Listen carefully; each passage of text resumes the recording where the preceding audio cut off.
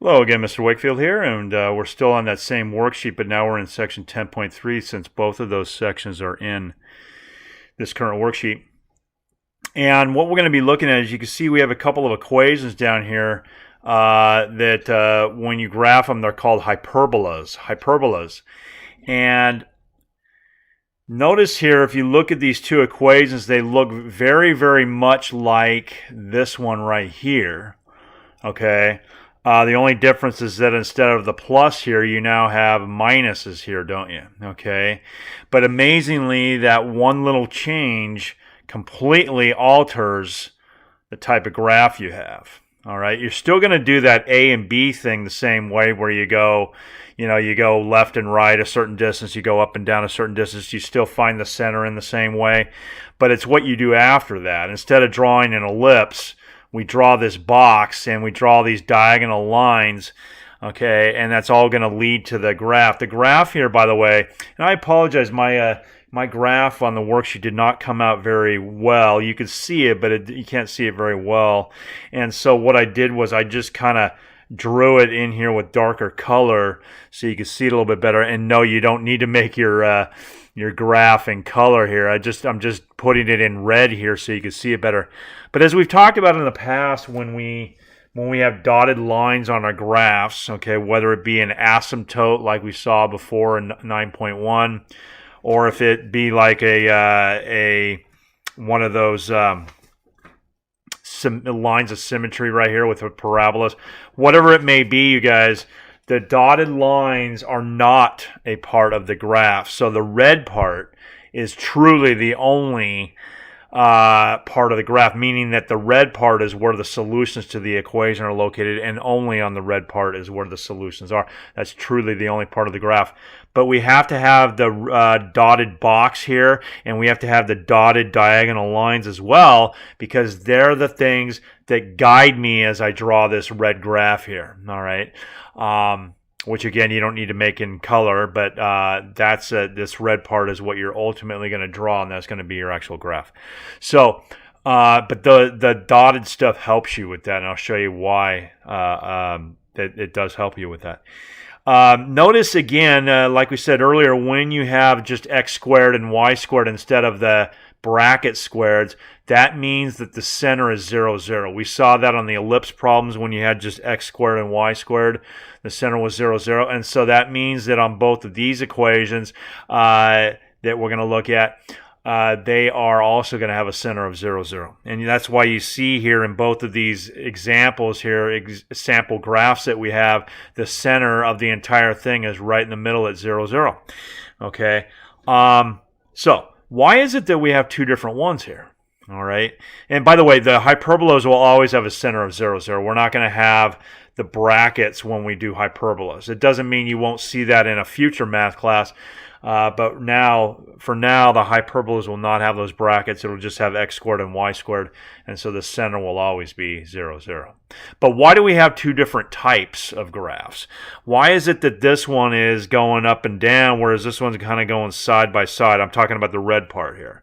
It's because on this one, the x squared fraction is positive and the y squared fraction is negative. Whereas on this one, it's the opposite. The x squared fraction is negative and the y squared fraction is positive. Okay, again, that makes all the difference. All right. It's just kind of like if you have, like, for example, if you have 3 minus 5 and 5 minus 3, those are not the same two answers, are they? One of them is negative 2 and one of them is positive 2. So it's the same thing here. If you change the signs of both fractions, like I do here when I have positive 3 change into negative 3 and negative 5 change into positive 5, okay, when you change the signs of both fractions, it's a different answer. And that's why these two graphs do two different things here. This one going up and down on the red part, this going left and right on the red part. Okay, that's why. All right, so let's go ahead and jump into this thing here. But remember, the minus, okay, means the hyperbola when it looks like this, whereas when it looks like this with the plus, okay, with the two fractions and no brackets, and that's what I'm talking about. The two fractions, no brackets, one on the other side, Okay, just like down here, one on the other side with two fractions and no brackets.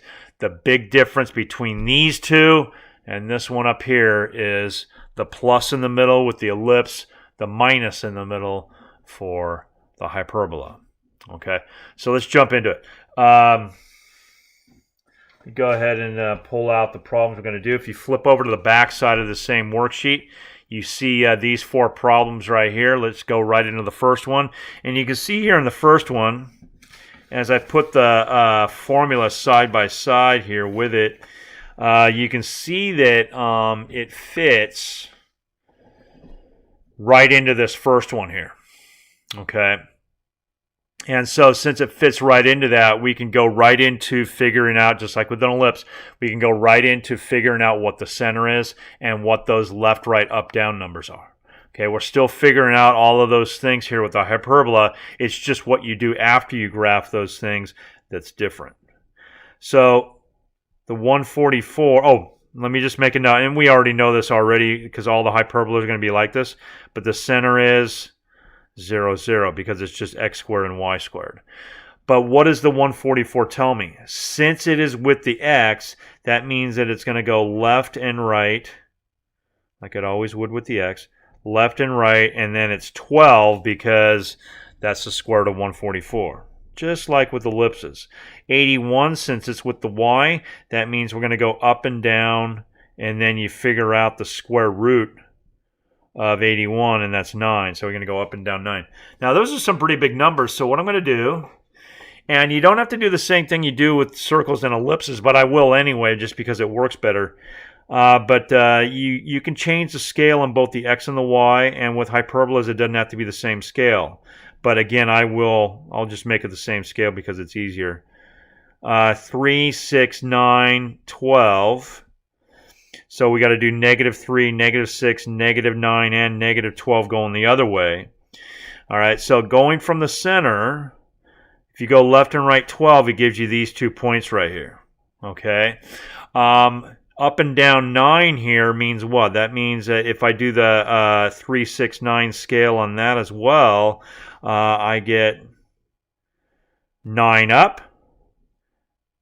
3, 6, 9 down. In other words, -3, -6, -9.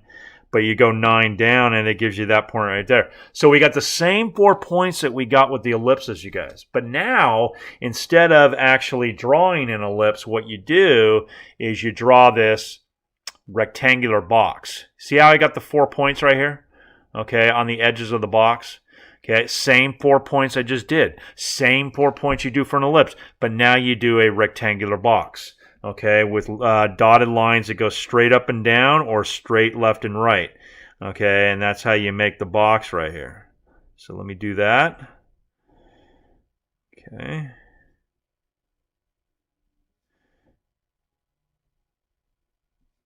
And there we go. So you've got this this dotted box here that goes around those 4 points, and then just like you see in the picture, all right, you then need to make diagonal lines right here that go through. They got to go through the center, but they also got to go through the corners of the box. Okay, so this one goes through the corners of the box, and so does this one. Let's do that same thing.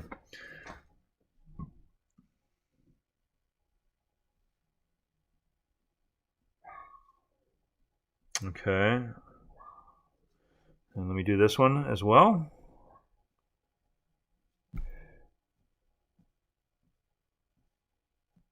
All right, now, what is the purpose of all this dotted stuff? Well, first of all, before I get into the actual final graph, how do you know, again, if it's up and down or if it's left and right?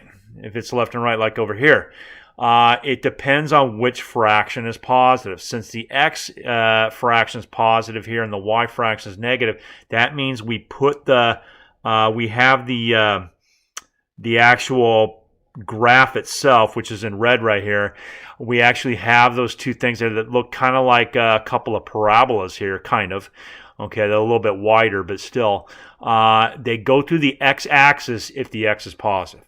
And if the y is positive, then they go through the y-axis. You see that? So they go through the y-axis when the y is positive, and they cross through the x-axis when the x is positive. That's how you know.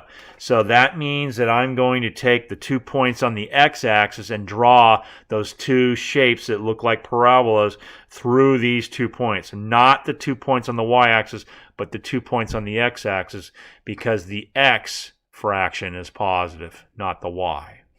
And so let's do it. And when I do it, you guys, please notice, before I should say one more thing. Notice that, and this is why we have those dotted lines, okay? The whole purpose of why we do these dotted diagonal lines is you're supposed to make the graph look like it's getting closer and closer to those dotted lines without touching it. That should sound familiar to you guys, okay? When we did those asymptotes back in 9.1, the whole definition of an asymptote was that the graph got closer and closer to it without what? Without touching it. And it didn't go away from it either, okay? It just kept on getting closer and closer to it. These diagonal dotted lines are the same thing. They are asymptotes. And so what you need to do is you need to get it to go closer and closer to it without touching it, like that. Okay, so in other words, don't go like this. Okay, that is not what you do right there. That's going away from the dotted line, and it's getting more almost flat. Okay, when you do that, we don't want that. All right, we want it to be more wide, because it's going out towards these lines here, as opposed to getting really narrow like that sideways parabola that I just drew right there. We don't want that. Okay. Same thing here, all right? You make it go out towards those dotted lines, okay? Kind of in a parabola type of shape, but wider, like I said. But it goes out towards those lines, okay? It gets closer and closer to them without touching them, all right? And that's exactly what you do. Again, it doesn't need to be in red, all right? I just did that earlier again so you could see it better, all right? You can do it in your normal pencil, all right? But it has to be solid, though. The actual two parts that look like parabolas, all right, that's the solid part of the graph, because that's where the solutions are. Okay. The rest of it is dotted there, the box and the diagonal lines, because they don't actually have the solutions on those lines that are dotted there. Just the solid part does, with the two things that look like parabolas. Next problem here. As you can see here, this doesn't look anything like one of these two equations right here. And that's important that we make it look like that, because the problem tells us that it's hyperbola. So the second you see this in the directions, you guys, you should automatically get a heads up that, hey, I need to make the equation either look like this, or I need to make it look like that. All right, so it's kind of similar, though, to this problem that we did earlier. Let me show you that. This is back in 10.2 with the ellipses. Let me pull that up here. When you got this thing right here, okay, because there's not a 1 on the other side, you need to make that a 1 by dividing out the 36. But we have a problem here even beyond that we need to take care of first. And that is the fact that the x squared and y squared are not on the same side. Okay? Here they were. And so here's what you want to do. If the x squared and y squared, I'm talking about either ellipses or hyperbolas here. If the x squared and y squared are not on the same side, get them on the same side. And if there's no parentheses here and you just got polynomials on both sides, which we do, the way we move a term over to the other side is to add or subtract it over. In this case, subtract it, because the 9x squared is positive. What would that look like? It would look like 25y squared minus 9x squared is equal to 225. Okay? And then we what? Then we divide out the 225, just like I did when I got the x squared and y squared on the same side here. I divided out the 36. You don't need to put those brackets there, because we already know that all hyperbolas are going to have the same center anyway. Okay, so you could just divide out just like you divide out the 36. We're going to divide out the 225 to make it equal to 1. And as we talked about with ellipses, if you've got just two terms here, In fact, I'll bring that back up again. I can just mention it actually. When you got a two-term polynomial on one side, we hinted at it a lot in the last section, and we've talked about it all semester. Two terms with a plus or minus in between it divided by one term. What you do is you divide it out, okay, or split it apart, excuse me. So positive divided by positive is positive. So I either put a plus in front, or since it's the first fraction, you don't need to put it there if it's plus. We've talked about that before. And then negative divided by positive is negative, so I put a minus in front of that one. And then we kind of do the same thing, and this is 1 here. As you can see, you're divided by the same number. But just like we did here, you guys, with the ellipses, all right, you cancel the numbers that are in front of the x squared and the y squared, just like you canceled the numbers that were in front of the bracket squared and the bracket squared here. It's the same idea here. And we knew that we could do that anyway. That's something that we've been doing, all semester long, where if you've got a single term on the top and bottom of the fraction, you can cancel. And here's the thing. I can't have the 25 there. I can't have the 9 here. All right? What does the formula say? It says, let's take a look. It says, similar to the ellipses, the x squared and y squared cannot have anything in front of it. Okay? It has to just be x squared and y squared. So that's why I need to cancel these things. All right? If I divide both of these by if I divide both of these by 25, I get 1 and 9. If I divide both of these numbers by 9, I get 1 and 25. Let's write that out. Okay, so let's write down what we got here. Y squared over 9. You can see after I cancel, I get y squared over 9. 1y squared, same thing as y squared. Bring down the minus. X squared, 1 times x squared, same thing as x squared. And then 25 down here. And you can see that we now have what? We now have a equation which is in the exact same form as this one down here, because the y squared fraction comes first. Nothing in front of the y squared. And then you got the minus. And then you got the x squared fraction, again, with nothing in front of the x squared. Very important. The a squared and the b squared have to be constant numbers, no variables, and they are. And so we got it. It looks just like this. And that means what? That means that, let me get it into the screen here. There we go. It means that it's going to be one of those hyperbolas that goes left to right instead of this one over here that we just did on the other problem. Okay. It's going to, because it's in this form, it's going to now look like this. You still make that same box that we did before. But it's just that the hyperbolas now will go side to side, and they will touch these 2 points instead of touching these 2 points over here on the sides of the box. They'll now touch the 2 points that are on the top and the bottom of the box. Okay, so let's go ahead and try it. All right, but again, the 9 and 25 mean what? It's similar to last time, but the difference is that this time the first number, 9, that's the up and down number. And the reason why it's the up and down number is because whatever is with the y, whatever's in the same fraction as the y, we saw that with ellipses as well, that is going to be the number that goes that's the up and down number. And so it doesn't matter if it goes first or second. That's not the point, you guys. The point is which one, which variable is that number with, okay? So if it's with y, it goes up and down. Since the 25 is with the x, then just like with ellipses, just like we saw in the first problem here with hyperbolas, that means that when it's with x, it's going to be the left and right number. So it's going to be left and right 5, because the square root of 25 is 5. Okay, so let's go ahead and make that box that we were talking about from the last problem. Again, the center is going to be 0, 0, okay, because when it's in this form right here, just like we talked about originally here, when it's in either one of these two forms here, the center is going to be 0, 0. So we start out at 0, 0, and we go up and down 3. So up 3, down 3. And then we also go left and right 5. Okay. like that. No need to change the scale on this one like on the last problem because 5 and 3 are pretty small numbers, right? Okay, so then we make that box, all right, where we just we have our 4 points here, and we create a rectangular box out of that, just like the previous problem.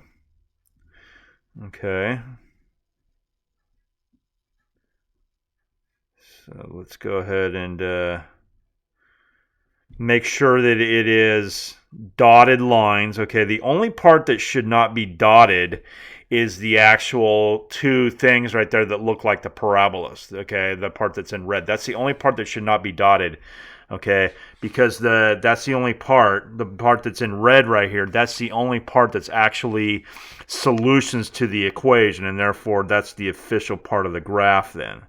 All right, the dotted parts are just helping you find that part that's that looks like the parabolas, and therefore they are not officially a part of the graph, but they're just helping you find the official part of the graph. Okay, so now I draw those diagonal lines through the 4 corners, just like I did on the last problem.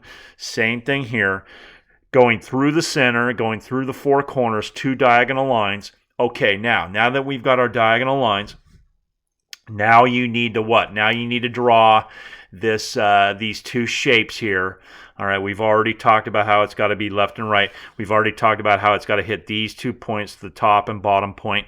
Okay, so let's go and draw that. But remember, very important, okay, you don't just draw a shape that looks like a parabola, okay, like this right here, where it goes up almost straight up and down, okay, like a parabola does. No, it's got to be more wide because it has to do what? Why does it have to be more wide? It's because, like I said in the last problem, it has to get closer and closer to this dotted line without touching it. Okay, and make sure that each of the ends of these things that look like parabolas, make sure that they have arrows on them, just like parabolas do. So you should have a total of 4 arrows, okay? 2 arrows on this part, okay, that I just drew, this flat-looking parabola, that part, and then the other flat-looking parabola, it's not really a parabola, but officially, because a parabola has a different equation, but the thing that looks like a parabola. Make sure that each of those 2 parts that look like parabolas, make sure they have arrows on both ends. And so that gives you a total of 4 arrows. 2 down here, 2 up here, just like in the last problem. 2 on the left side here, 2 on the right-hand side. Okay, the arrows do need to be there. And so that's how it works, okay? So when the y squared is positive, it looks like this. When the x squared is positive, it looks like this. Going on into the next part here, though, I'm going to ask you to try these in just a moment. Number 4 here, you can see that number 4 is very similar to this one, okay, where the y squared is positive, the x squared is not. In fact, it's already in this form already. You don't need to do any of this stuff right here where you got to, divide out and cancel and all that stuff. Okay, so go ahead and try that. You won't want to change the scale like I talked about in this one. You'll probably want to change the scale here because you're going to get 10 and 7 here, right? Kind of bigger numbers. But I'll let you do that, and we'll take a look at that in just a minute. This one, though, I want to talk about real briefly before I ask you to try it. Number 5. The reason why is because this number is negative. And remember, we want to make that equal to 1, right? Positive 1, not negative 1, positive 1. Okay, so that it'll have the 1 on the other side there. So as you can imagine, since we want to make it equal to positive 1, we have to divide by negative 144. We can't divide by positive 144. Now, I know we've already talked about this in previous situations, previous problems, but just as a reminder here, when you have a 2-term polynomial here divided by just a single term, but that term is negative this time, remember just to be careful there. Remember, this is going to be, let me set it up for you here. I'll start the problem for you because, again, when it's negative on the bottom, it's a little bit more tricky. But remember, when you have positive divided by negative, okay, that's going to be negative. And so just like we've done in the past, when you have, again, a polynomial divided by a single term, if you have, what you do is you divide, and I'm not talking about those problems where you are simplifying the entire fraction. You got to factor and cancel. You got to factor this and try to cancel. No, I'm not talking about that. I'm talking about just straight dividing here, which we do need to do in this case, like we've been doing in these last couple sections, because we want to keep these two fractions separate. Okay, in that case, remember when you divide by negative, be extra careful. But when you have positive divided by negative, you have a negative answer, don't you? And so that means you're going to put the minus on the outside when it's negative in this case. All right. But when you have negative divided by negative, that's positive, and so you're going to put a plus on the outside. Unless it's the first fraction, then you don't need to put it there when it's positive and it's the first fraction. But since this is the second fraction, you need to put it there when it's positive. You need to put that plus there. So we go like this. Okay. Now, here's the problem, you guys. And I still need to cancel the 9 with the 144 and the 16 with the 144. Very similar to what I did up here. Okay. Where you can't have any numbers in front of the y squared and the x squared. I'll let you do that part, but there's one more thing I want to show you here that's different, and that's why I wanted to address it right now before you try the rest of the problem. This has the minus in front. Okay, notice in both of these forms here, we have a positive fraction first and then a negative fraction second. This is the opposite. This is a negative first and then a positive second. So what do? Okay, it's not the same thing, so we can't just ignore that. What we do is we flip these fractions around. Okay, and you're allowed to do that. Let me show you how. Okay, when you have done terms in the past, for example, if you had, say you had negative x plus 3. Negative x plus 3. Okay, isn't that the same thing as 3 minus x? Because you're allowed to flip around two terms that are being added together as long as the two terms still have the same sign in front of them. Positive 3 is still positive 3. Negative x is still negative x. And as long as you have either a plus or minus still in between the two terms, okay, then this is completely fine, 3 minus x.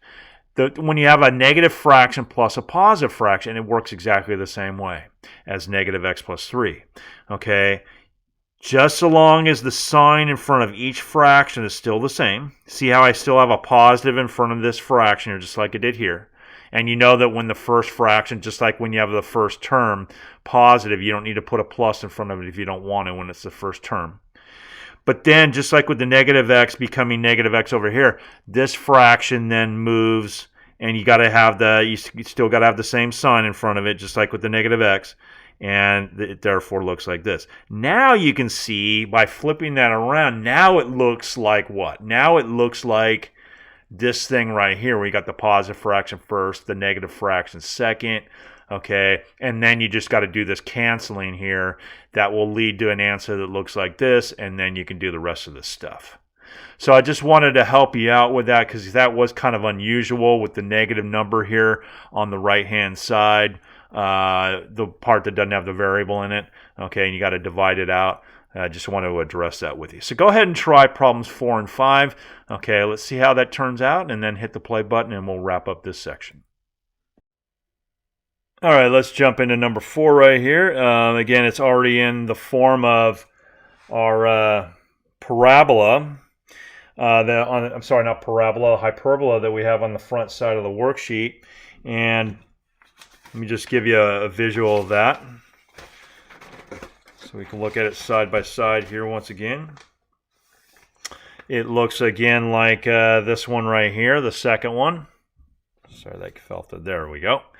It looks like this one, and so we can jump right into finding the center and the left, right, up, down numbers. The center again is going to be 0, 0 on all these hyperbolas. Because of the 100, that means that it's going to go up and down 10 and it's up and down because the 100's with the y. Since 49 is with x, we're going to go left and right 7. Okay. And so we do that. I change the scale here to make it fit. All right, I went by 2s on this, and I went by 3s on that. Okay, so that, you know what, actually, I'm not sure why it says that. This is not by 3s. That's a mistake. Let me erase that. That is going to be by 2s also. And again, you could make it by 3s if you want to. It's just that according to where I have those points right there, it must be by 2s, because if you count out 2, 4, 6, 8, 10, then that's where it is. And it says to go up 10. So it must be by 2s then. So I'm not sure why that was written there, but we got it corrected. So they're both 2, 4, 6, okay, on the scale. So I graph my points. All right, it goes left and right 7. So halfway between 6 and 8. All right, and then same thing over here, halfway between -6 and -8. All right, count that out. Then we draw our dotted box here. We then draw our dotted lines through the corners of those boxes, or through the corners of that box. And then finally, how do we know that it's going to be one of those sideways, the ones that go left and right, okay, like this? How do we know it's one of those? I shouldn't say sideways, but they go side by side, I guess you could say, and they go through the y-axis. Why does that happen, though, in this case? It's because the y-squared is positive. That means that it crosses through the y-axis. Okay, again, when it crosses through the x-axis, that's because the x fraction is positive. Y-squared fraction is positive. The y-axis is where it crosses through. And so you just simply draw through, and it's got to hit that dot right there. Okay, whatever axis it goes through, it's got to hit the 2 points that are on that axis. On a hyperbola, in each hyperbola, you're always going to have 2 that are on the x-axis and 2 that are on the y-axis. X-axis here, and then the 2 on the y-axis. 2 of each. All right, so whichever axis that the thing crosses through, it's got to hit those 2 points. In this case, it's the 2 points on the y-axis. Up here, it's the 2 points on the x-axis. Okay, and so then you just draw your shapes in such a way, again, so that it gets closer and closer to the dotted line without touching it, with your arrows and all that. Okay, finally, number 5 over here. Okay, after I get everything flipped around, like I talked about just before I asked you to try these, it ends up looking like this right here.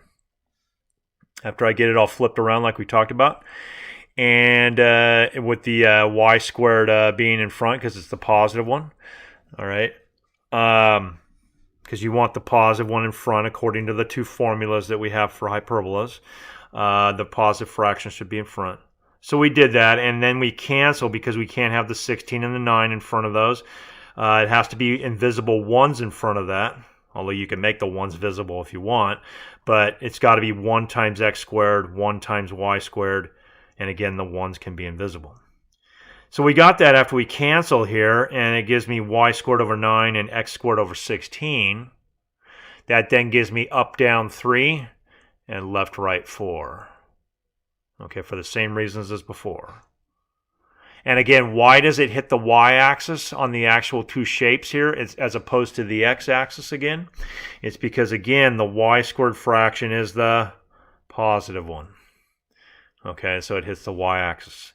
And then you draw your 2 normal shapes, all right, that again look like parabolas, but they're just wider. And most importantly, they have to get what? They have to get closer and closer to those dotted lines without touching them. All right. And so that's hyperbolas. That's section 10.3. So now we've learned about circles, ellipses, and hyperbolas so far in this chapter. In the next section, we're going to actually revisit parabolas.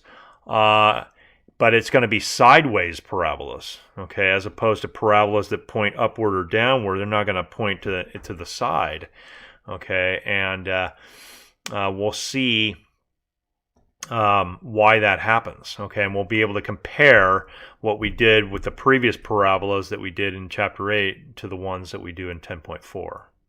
Okay, so I'll see you for that video. In the meantime, you have a good day, and take care.